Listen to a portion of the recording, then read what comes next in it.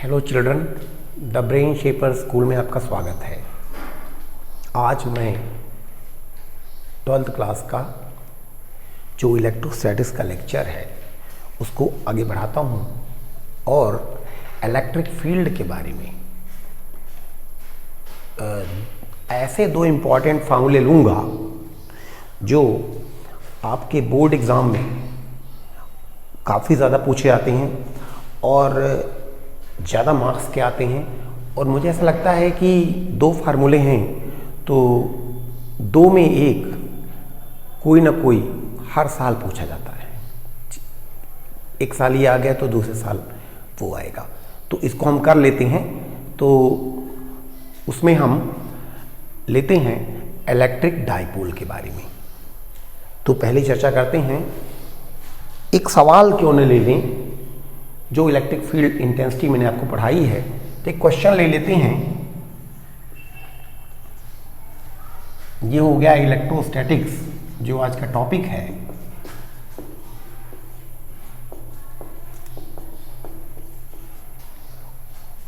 और क्लास हो गई 12th। तो एक क्वेश्चन लेते हैं कि एक चार्ज है जो -20 माइक्रोकूलाम का है। माइक्रो को अपन ऐसा लिखते हैं और कूलाम साइंटिस्ट के नाम से आया इसलिए कैपिटल C लिखेंगे।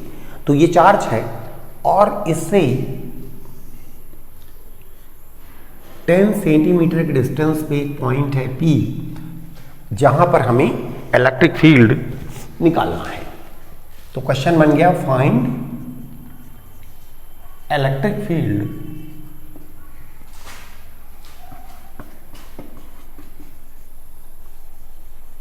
Due to -20 microcoulomb at P। तो इसको हम सॉल्व भी कर देते हैं। किसी भी पॉइंट के कारण, पॉइंट चार्ज के कारण किसी पॉइंट पे इलेक्ट्रिक फील्ड कितना होगा उसका हमारे पास फार्मूला है E = K Q/r²। मैंने आपको बताया था। तो K यहाँ पर कांस्टेंट है जिसकी वैल्यू आप जानते हैं कि 1/4 पाई एप्सिलॉन होती है और Q/r² ये फार्मूला इंटरनेशनल सिस्टम में होता है। वास्तव में ये माइक्रो कूलाम को जो हम कूलाम कर देंगे तो वो इंटरनेशनल सिस्टम में आ जाएगा, और जब हम ये सेंटीमीटर को मीटर कर देंगे तो वो भी इंटरनेशनल सिस्टम में आ जाएगा। तो इस क्वेश्चन का सलूशन आगे हम यहां लेते हैं। तो इलेक्ट्रिक फील्ड आ जाएगा 1/4 पाई एप्सिलॉन। अब क्वेश्चन ये है कि एप्सिलॉन क्या है। तो एप्सिलॉन है इलेक्ट्रिकल परमिटिविटी, और वो इलेक्ट्रिकल परमिटिविटी मीडियम वाइज अलग अलग होती है। तो यहां पर बीच में मीडियम कौन सा है, कुछ नहीं दिख रहा। तो मीडियम यहां पे है एयर या फ्री स्पेस। अगर एयर हो बीच में या एयर भी ना हो, एकदम खाली हो, मतलब वैक्यूम हो, तो हम उसे कहते हैं फ्री स्पेस। और उसके लिए जो एप्सिलॉन होता है उसको हम कहते हैं एप्सिलॉन 0, और उसकी वैल्यू क्या होती है। एप्सिलॉन 0 होता है 8.85 × 10⁻⁻12, और यूनिट क्या आएगी यहां से, आप यूनिट निकाल सकते हैं फार्मूले से। हम लोग आइए एप्सिलॉन की यूनिट निकालना आपको बता देते हैं। यहां पर जो बेसिक फार्मूला हमारा है उससे हम लोग यूनिट निकाल सकते हैं। F = 1/4 pi epsilon Q1 Q2/r², ये कूलम्स लॉ है। तो यहां से अगर एप्सिलॉन की यूनिट हमें निकालनी है तो ये एप्सिलॉन हम डिवाइड कर रहा है तो यहां लाएंगे और फोर्स को यहां से यहां ले जाएंगे, और फिर यूनिट देख लेंगे। एप्सिलॉन की यूनिट मतलब इन सब की यूनिट। तो कूलम 4 पाई नंबर है, न्यूटन मीटर स्क्वायर। तो यूनिट आप जान गए, coulomb square upon newton metre square. ठीक है, तो ये यूनिट हो गई। और जब ये वैल्यू यहां 4 × पाई कर देंगे तो ये जानते हैं क्या आ जाएगा, ये आ जाएगा 9 × 10⁻⁹। तो Q बाई आर स्क्वायर, ये आपका फॉर्मूला बन गया। हम ये मान के चल रहे हैं कि यहाँ जो मीडियम है वो फ्री स्पेस है, यहाँ पर, यहाँ सब जगह फ्री स्पेस। फ्री स्पेस का मतलब एयर या वैक्यूम। तो फॉर्मूला ले लेंगे यही वाला, 9 × 10⁻9 Q द चार्ज। तो चार्ज है -20 माइक्रोकूलम, तो माइनस पे विचार मत करिए अभी, 20 माइक्रोकूलम। तो 20 माइक्रो मतलब याद रखें 10⁻⁻6 कूलम, ठीक है। तो मैं आप जान लीजिए microcoulomb is equal to 10⁻⁻6 coulomb. Coulomb को थोड़ा बड़ा लिखें, तो अपॉन डिस्टेंस का स्क्वायर आर स्क्वायर। तो आर डिस्टेंस है कितनी, 10 सेंटीमीटर, जो सीधे नहीं लिखी जा सकती क्योंकि इंटरनेशनल सिस्टम का फार्मूला है। तो आर लिखेंगे, मीटर में कन्वर्ट कर दीजिए। तो 10 सेंटीमीटर को मीटर में करेंगे तो हो जाएगा 10/100, तो दैट इज 0.1 मीटर। तो 0.1 का स्क्वायर, इतना न्यूटन पर कूलम। मैंने आपको बताया था कि यूनिट होती है न्यूटन पर कूलम। इसको आप सॉल्व कर लेंगे और ये इलेक्ट्रिक फील्ड की वैल्यू आ गई। तो इसको आप सॉल्व करेंगे, ठीक है। तो आप घर में इसको सॉल्व कर लीजिएगा, ठीक है। तो इस तरह से हम इलेक्ट्रिक फील्ड निकाल सकते हैं। अब आइए हम लेते हैं जो आपसे चर्चा किया था मैंने, वो इंपॉर्टेंट चीज डाइपोल। डाइपोल का मतलब होता है, देखिए कई बार बातों बातों में मैं डेफिनेशन बताता हूं तो आप मेरी बातें सुनकर ही डेफिनेशन नोट कर लिया करिए। जरूरी नहीं कि मैं उनको यहां लिखूं। तो बातों को सुनने के लिए, चूंकि मैंने आपसे कहा था कि ये 15 मिनट के लेक्चर इसलिए बनाए जा रहे हैं कि मैं मान के चलता हूं, हमारे सारे टीचर मान के चलते हैं कि आप 3 बार इसे सुनेंगे और ये 45 मिनट का लेक्चर हो जाएगा। तो रिवीजन भी हो जाएगा आपका और जरूरी चीज़ों को आप नोट भी कर लेंगे। और एक चीज़ और हम लोग करने वाले हैं कि जो मैं बोल रहा हूं, बोल कर ही मैं आपको कुछ क्वेश्चन बताऊंगा। लगभग हर लेक्चर में एक क्वेश्चन, और उसका आंसर आपको 1 2 3 4 के रूप में देना पड़ेगा। TBS केयर में आप भेजेंगे तो उस आंसर को चेक करके और आपको हम यूनिट टेस्ट के नंबर देंगे। उससे ये तो हो जाएगा कि यदि 10 लेक्चर आपने सुन लिया तो 10 नंबर आपको मिल गया, अगर आपने सही आंसर कर लिया। सही आंसर करने का एक ये मतलब भी होता है कि आप पूरा लेक्चर अच्छे से देख समझ रहे हैं, और गलत आंसर करने का मतलब आप या तो नहीं देख रहे हैं और या फिर ध्यान नहीं दे रहे हैं उसको, तो उससे आपके मार्क्स कट जाएंगे। तो सही आंसर देने का एक ये भी मतलब होता है कि आप इस वीडियो को अच्छे से देख रहे हैं और आप वीडियो को देख रहे हैं। तो इससे आपकी अटेंडेंस भी द ब्रेन शेपर स्कूल में लगती जाएगी, क्योंकि हो सकता है गवर्नमेंट ये मांगे कि कितने बच्चों ने आपका लेक्चर पढ़ा या सुना, तो हमारे पास उसका रिकॉर्ड धीरे धीरे आ जाएगा। तो आप इस बात को ध्यान दें कि ऐसा होगा। तो अब हम लेते हैं डाइपोल। डाइपोल का पूरा नाम है इलेक्ट्रिक डाइपोल।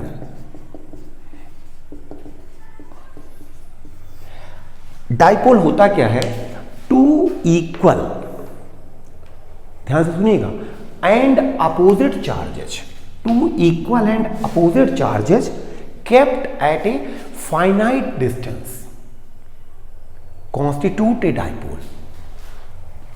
2 चार्ज जो इक्वल हैं लेकिन अपोजिट हैं, और अगर वो कुछ फाइनाइट डिस्टेंस पे, सीमित दूरी पे रख दिए गए हैं। फाइनाइट का 2 अर्थ होता है।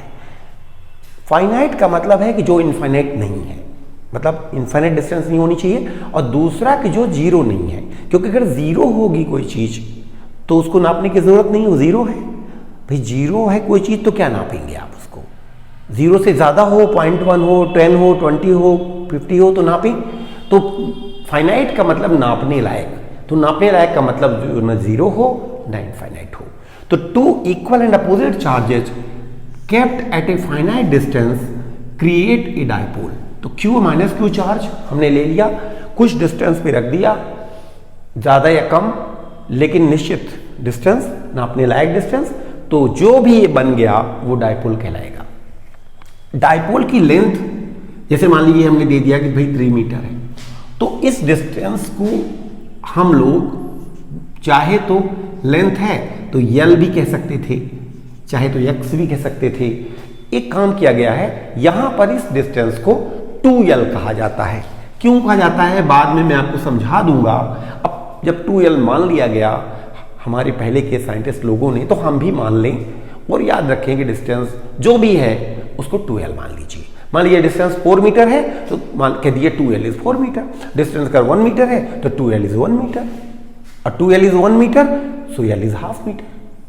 ठीक, तो ये 2L डिस्टेंस। और एक ये भी चीज है कि डाइपोल का एक निकालते हैं हम मोमेंट। अच्छा, ये जो डिस्टेंस होती है 2L, इसको हम वेक्टर मानते हैं। वेक्टर क्यों माना गया है? तो दो सवाल हो गए कि 2L क्यों माना गया, वेक्टर क्यों माना गया। तो 2L माना गया, ठीक है, समझाएंगे। वेक्टर इसलिए माना गया क्योंकि उससे डाइपोल का जो इफेक्ट है इलेक्ट्रिक फील्ड, उसको समझने में हमें हेल्प मिलेगी। और उसकी डायरेक्शन जो मानी गई है वो माइनस से प्लस चार्ज की ओर मानी गई है, इसलिए 2L को वेक्टर माना गया। अब कोई चीज वेक्टर हो तो उसे एरो लगा देते हैं, तो अब भले वो वेक्टर इस तरफ हो, एरो उसी तरफ लगाएंगे, ऐसा नाम लिखा जाता है। जैसे मान लीजिए कि कोई आदमी ऐसे खड़ा है, अब उसका नाम समीर है, तो उसका नाम लिख देंगे कि भाई वो समीर है। ऐसे थोड़ी ना कि आदमी ऐसे खड़ा है तो ऐसे ऐसे नाम लिखेंगे, ऐसा थोड़ी ना है कि आदमी लेटा हुआ है तो फिर लेटा लेटा नाम लिखेंगे, ऐसा कुछ नहीं है। नाम के लिखने का एक स्टाइल होता है, तो वेक्टर हमेशा जब लगाया जाता है तो ऐसे ही लगाया जाता है, चाहे वो हो किसी भी तरफ।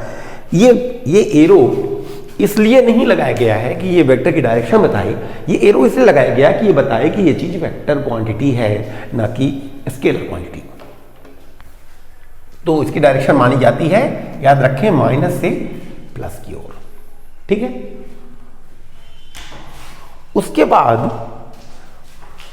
हम लोग एक क्वांटिटी और पढ़ेंगे, डाइपोल मोमेंट। डाइपोल मोमेंट जो होता है वो उसको P वेक्टर से बताते हैं, और ये डाइपोल की पूरी स्ट्रेंथ को बताता है, P वेक्टर। और ये होता है Q, दोनों चार्ज में से कोई एक चार्ज का मैग्नीट्यूड।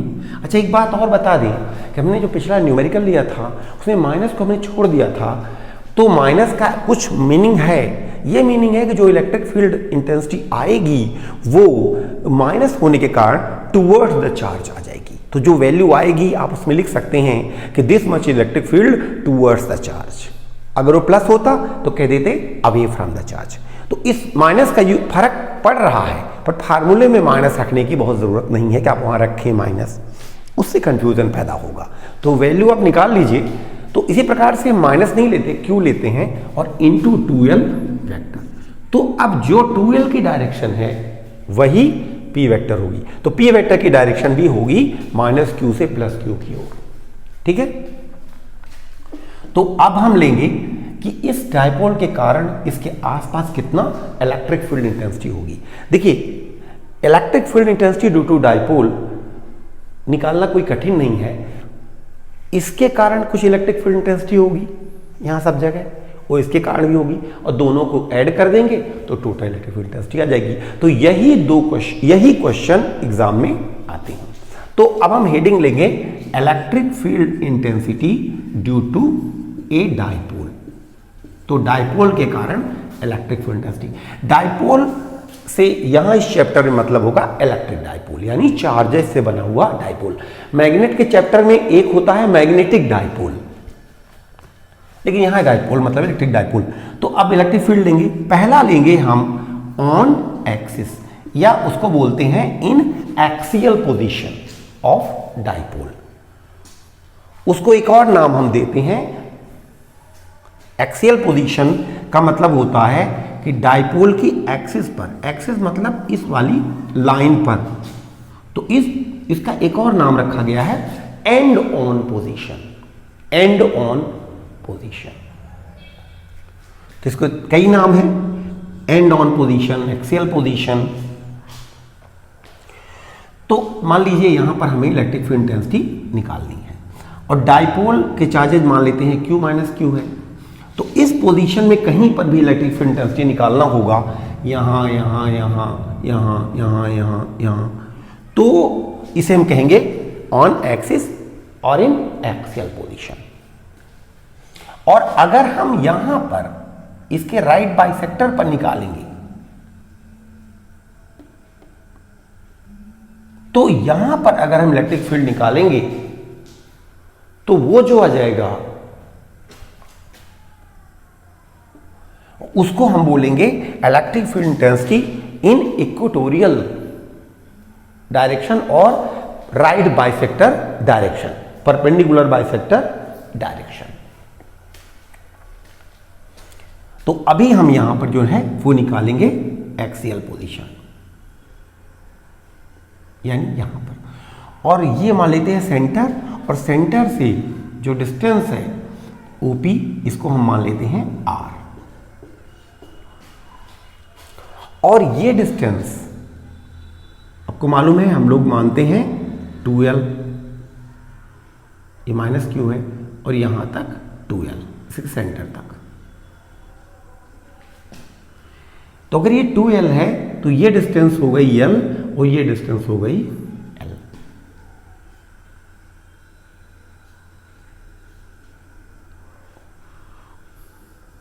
और यहां से ये डिस्टेंस हो गई L। तो अब हमें निकालना है electric field intensity at P। तो देखिए जो ये माइनस चार्ज है उसके कारण जो यहां इलेक्ट्रिक फील्ड इंटेंसिटी होगी वो इस तरफ होगी, क्योंकि माइनस के कारण उसकी ओर होती है। तरीका क्या है डायरेक्शन जानने का, कि आप इमेजिन करिए कि आपने यहां छोटा सा प्लस चार्ज रख दिया। अब आप छोटा सा प्लस चार्ज रखेंगे डेल्टा Q, तो ये अपनी ओर खींचेगा, तो डायरेक्शन इस तरफ आ जाएगी, डेल्टा Q को इस तरफ खींचेगा। और ये क्या करेगा, ये प्लस है और इसीलिए उस प्लस को ये दूर पुश करेगा, तो डायरेक्शन आ जाएगी इस तरफ को। अब ये दोनों चार्जेस इक्वल हैं तो ये अट्रैक्ट करेगा और वो रिपेल करेगा, लेकिन इसका इफेक्ट ज्यादा होगा, इसका इफेक्ट कम होगा। इसलिए इसका इफेक्ट हम निकाल लेते हैं जो कि इधर होगा, और इसका निकाल लेते हैं जो उधर होगा, और दोनों को सब्ट्रैक्ट करके हम यहाँ नेट इफेक्ट, रिजल्टेंट यानी टोटल इफेक्ट निकालेंगे जो इस दोनों पोल के कारण होगी। इनको पोल बोलते हैं, चार्जेज बोलते हैं।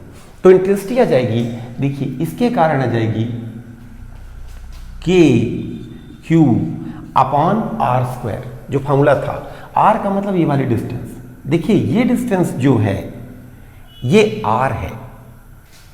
अब बना के भी दिखा देते हैं आपको कि जो ये डिस्टेंस है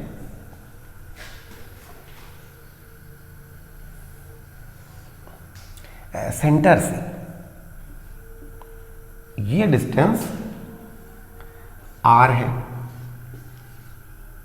तो अगर ये R है, उसमें से L सब्ट्रैक्ट कर दिए तो यह आ जाएगा R माइनस L। तो distance of P from minus Q is R minus L। तो R माइनस L का होल स्क्वायर, क्योंकि फार्मूला है KQ अपॉन R², और इसके कारण जो फील्ड होगा वो होगा KQ अपॉन, और ये डिस्टेंस है R प्लस L, तो R प्लस L का होल स्क्वायर।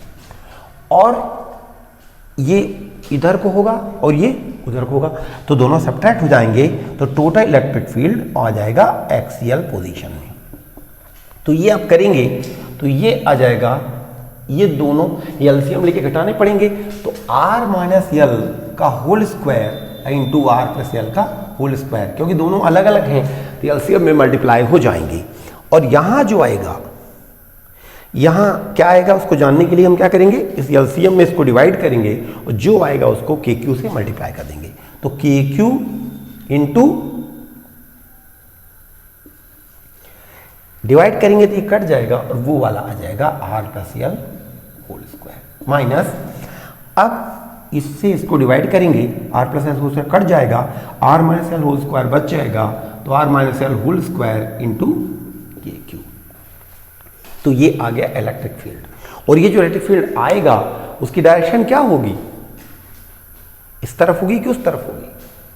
क्योंकि ये इफेक्ट इसका ज़्यादा है तो इधर को इसका इफेक्ट है और इसका इधर को है, तो कुल मिला के इसका इफेक्ट ज़्यादा है तो बच जाएगा। इसलिए टोटल इलेक्ट्रिक फील्ड जो होगा वो टूवर्ड्स द डाइपोल होगा।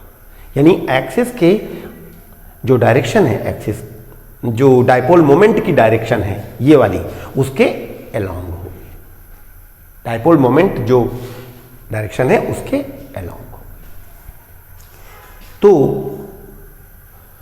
अगर यहां निकालेंगे तो फिर इसके कारण फील्ड इधर को होगा, उसके कारण इधर को होगा, इसका इफेक्ट ज्यादा होगा और ये अलोंग ही होगी वहां भी। तो इसको हम आगे सॉल्व करेंगे और हम निकाल रहे हैं electric field due to dipole in axial position. तो ये आ जाएगा R minus L into R plus L को लिख सकते हैं R square minus L square, और होल स्क्वायर दोनों में है तो होल स्क्वायर लग जाएगा। आप दोनों को होल स्क्वायर है तो पूरे होल स्क्वायर लगा दीजिए और दोनों को मल्टीप्लाई कर दीजिए। अच्छा, यहां आएगा के क्यू। अच्छा, के क्यू यहां भी है, यहां भी है, तो आप कॉमन निकाल लीजिए के क्यू और बड़े ब्रैकेट में लिख दीजिए ये माइनस ये। तो ये आर प्लस एल फार्मूला लग जाएगा R square plus L square plus 2LR और माइनस इसका स्क्वायर आ जाएगा तो R square, R minus L का होल स्क्वायर आ जाएगा तो R square plus L square minus 2LR। लेकिन जब हम सब्ट्रैक्ट करेंगे तो इनके सब के साइन बदल जाएंगे। तो ये तो साइन प्लस था तो माइनस हो गया, ये भी माइनस हो गया और ये प्लस हो गया।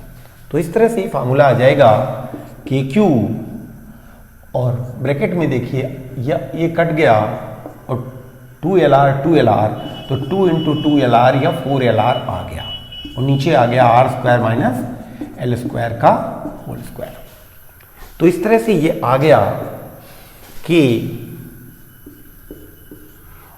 Q इंटू 2L बन जाएगा P, तो P और बचा क्या, ये Q और ये 2L निकल गया तो बन जाएगा P, तो और 2R बच गया तो 2R upon R square minus L square whole square. ये आ गया electric field on axial position, in axial position. ये इंपॉर्टेंट फार्मूला आ गया। तो अब यहां पर हम लोग एक क्वेश्चन पूछ सकते हैं कि इलेक्ट्रिक फील्ड इन एक्सियल पोजीशन, ध्यान से सुने, electric field in axial position is in the direction. पहला ऑप्शन है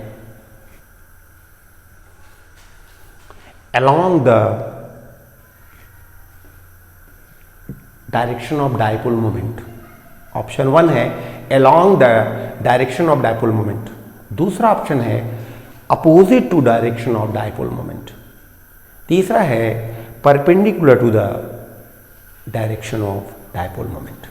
ये 3 ऑप्शन है, 3 में से आपको 1, 2 या 3 अपने TVS केयर ऐप में लिखकर भेजना है। TVS केयर खोलेंगे और वहां पर आप लिखेंगे पहला, वहां लिखेंगे फिजिक्स और आगे लिख देंगे 1, 2, 3 कौन सा ऑप्शन सही है।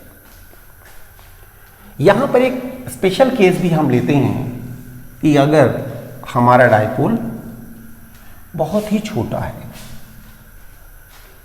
एक स्पेशल केस लेते हैं कि अगर हमारा डाइपोल छोटा है,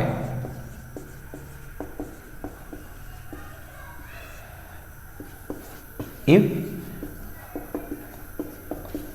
dipole is short, या फिर the point P is very far, या तो डाइपोल बहुत छोटा है या पॉइंट P बहुत दूर है। अगर डाइपोल छोटा है तो ये 2L डिस्टेंस कम होगी, तो L तो और कम होगी, तो L डिस्टेंस काफी कम है। और अगर P पॉइंट दूर है तो R बहुत ज्यादा है, तो R अगर जो है सो है और L जो कम है तो हम कह सकते हैं कि as compared to R L is very short. और अगर R बहुत ज़्यादा है, डाइपोल छोटा है तो L बहुत कम है, और पॉइंट बहुत दूर है, मतलब इलेक्ट्रिक फील्ड हम यहाँ निकाल रहे हैं और दूर निकाल रहे हैं, तो यल बहुत तो आर बहुत ज़्यादा हो जाएगा, तो यल जो है वो छोटा हो जाएगा, बहुत छोटा हो जाएगा आर से। 2 बार लगा दिया मतलब कि काफ़ी छोटा हो जाएगी। तो उससे क्या फ़र्क पड़ेगा कि फार्मूला थोड़ा सा सिंपल हो जाएगा, कुछ टर्म फार्मूले से हट जाएगी। अगर यल बहुत ही छोटा है तो इस फार्मूले में यल को लगभग 0 मान लीजिए। जैसे मान लीजिए कि ये 50,000 है और ये 1 है, तो 50,000 के स्क्वायर में 50,000 के स्क्वायर में 1 का स्क्वायर घटाना, तो क्या घटाना, उसे न घटाइए, छोड़ दीजिए। तो फार्मूला बन जाएगा, उसको हम कह सकते हैं ई एक्सियल, और एस एच यानी शॉर्ट डायपोल के कारण, और वो आ जाएगा 2kpr और आर स्क्वायर माइनस 0 का स्क्वायर होल स्क्वायर।